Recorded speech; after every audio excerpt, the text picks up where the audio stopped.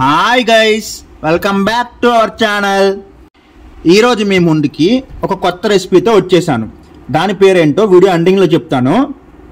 First దాని making process చూద్దాం.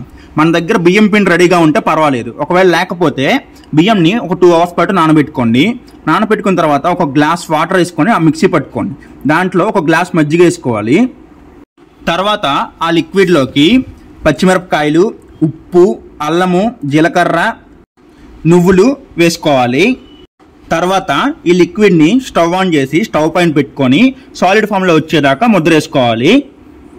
ఈ లిక్విడ్ కంప్లీట్గా సాలిడ్ అయ్యేదాకా కలుపుతూనే ఉండాలి, లేదంటే ఆ తప్పేలకి అంటేస్తుంది అనమాట. తర్వాత కంప్లీట్గా సాలిడ్ ఫామ్లోకి వచ్చిన తర్వాత ఆ మొత్తం పేస్ట్ని తీసుకొని మనకు కావాల్సిన షేప్స్లో కన్వర్ట్ చేసుకోవాలి.